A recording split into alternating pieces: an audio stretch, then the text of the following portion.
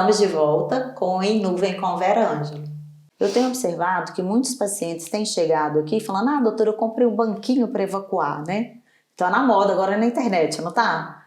Tudo é o banquinho para evacuar. E eu queria saber se você recomenda, se você acha que é importante, que isso é um critério para perguntar se ele é constipado ou não.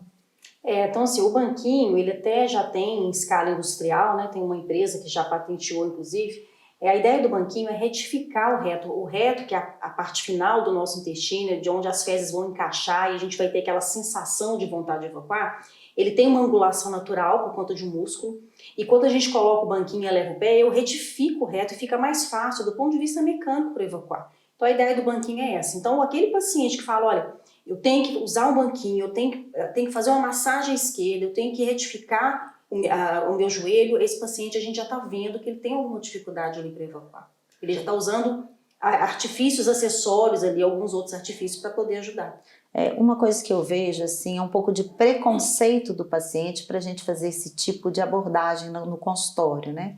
Eu atendo muitos pacientes com constipação e eles ficam constrangidos de falar: não, doutora, eu não quero falar disso, né? Às vezes e muitos não gostam de ir no colo proctologista. Você tem percebido isso, assim? Ou você acha que com essa incidência de câncer que está tendo aí, está tendo uma maior demanda de busca por cuidado? Essa dificuldade de nos procurar o proctologista, o gastro, ela diminuiu muito. Os pacientes hoje querem qualidade de vida.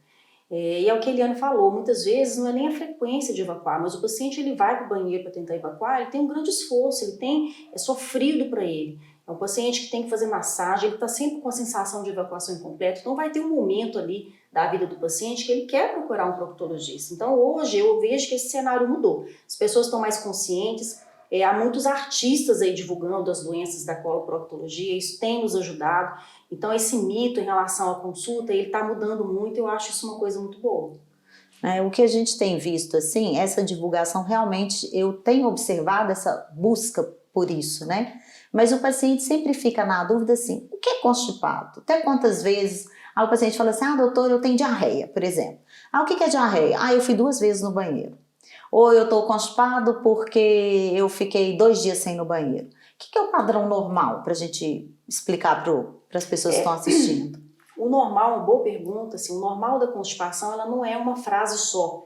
Então, por exemplo, tem paciente que evacua todos os dias, mas evacua aquelas bolotinhas, fezes duras, grande esforço, uma qualidade de evacuação ruim, não há nenhum prazer. Esse paciente tem constipação. Existe uma escala, uma classificação que o paciente não tem que saber dela, né? O médico tem que saber, que chama Critérios de Roma, e lá tem 7 ou 8 itens. O paciente, se ele tiver 2, ele já tem constipação. Então, por exemplo, o paciente ele tem uma necessidade de digitação lá no ânus para tentar evacuar. E é um paciente que tem dor abdominal ou que as fezes estão muito fragmentadas, então mesmo se esse paciente evacuar todos os dias, ele tem constipação.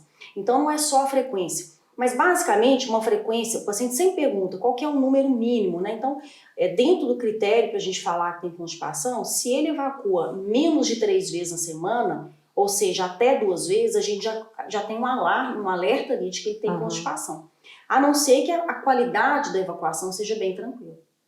Eliane, você vê alguma coisa assim, a gente vê muito na literatura em relação à constipação, que são pacientes relacionados com assédio, né? Eu falo que o assédio não é ser só assédio sexual, né? As pessoas, quando eu vou abordar no consultório, eu falo: será que não teria? E as pessoas já se fecham, né? Porque eu acho que eu passei por um assédio. Eu estava numa escola que eu vi um colega evacuando na roupa e a gente não podia ir no banheiro. Eu considero que isso é uma forma de assédio, entendeu? Então você acha, como que isso é importante desde pequenininho você educar suas crianças para que eles possam evacuar de maneira adequada? Todos os trabalhos hoje em dia que mostram essa questão da incoordenação na evacuação, eles chamam atenção a mulheres jovens, principalmente com história de abuso. E o abuso é o que você falou, não é o abuso, não tem que ser um abuso traumático, um abuso, né, sexual na palavra propriamente dita. É isso, a mulher ela tem uma necessidade de uma toalete mais adequada, né, de usar o banheiro de uma forma mais adequada. Então, às vezes, a privação do banheiro, como na escola, né? Orientar as crianças. Hoje em dia as crianças estão indo muito cedo para a escola, então eles têm que sair da fralda muito precocemente, né? Então, quando a criança cria uma toalete de uma forma mais tranquila, de ir ao banheiro de uma forma mais tranquila, se permitindo de uma forma mais adequada, a gente diminui isso que muito tempo foi chamado de anismo, né? Que é uma necessidade muito grande de segurar as fezes por muito tempo. Eu atendi uma criança e, na verdade, não era criança. Agora eu estou na adulta, adolescente, pré-adolescente, eu já pergunto. Você viu outro dia eu perguntando ao seu paciente? Falei, isso é pré-adolescente? A gente nunca sabe, né?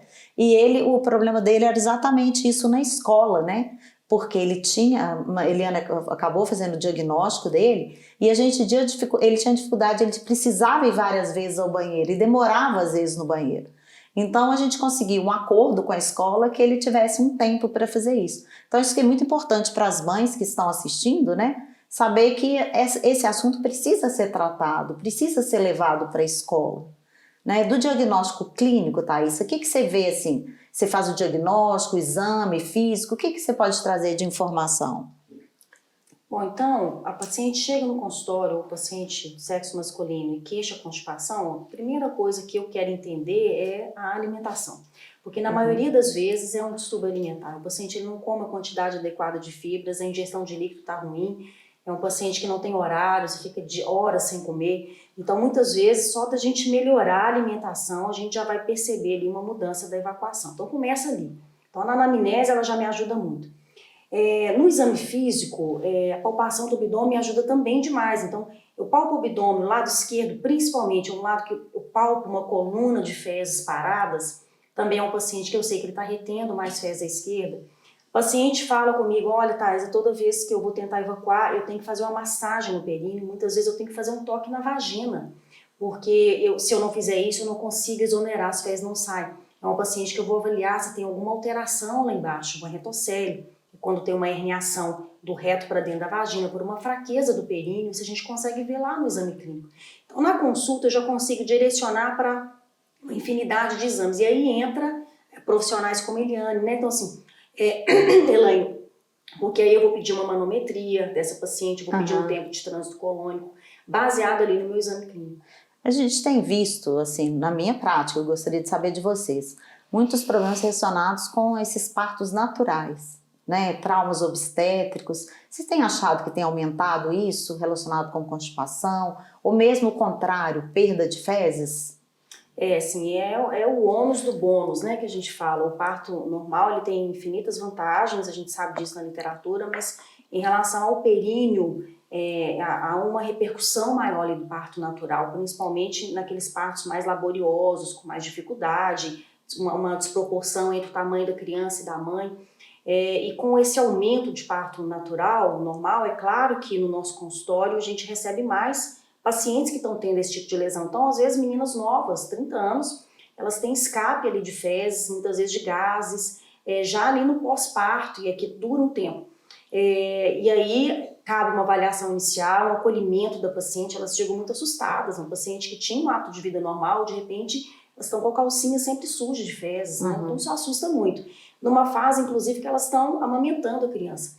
E aí, acalmar a paciente, entender que tem tratamento, muitas vezes esse tratamento nem é cirúrgico, passa muitas vezes pela fisioterapia, que é o biofeedback, que tem um resultado excelente, inclusive. E aí, se não resolver com a fisioterapia, aí eu vou começar a avaliar essa paciente, respeitando o período da amamentação. Aí a gente vai fazer um ultrassom retal, vai fazer a manometria, nós temos exames que documentam bem isso. E aí sim eu vou propor um tratamento mais definitivo. Oi pessoal, vocês viram que está bem interessante o assunto, a gente volta daqui a pouquinho.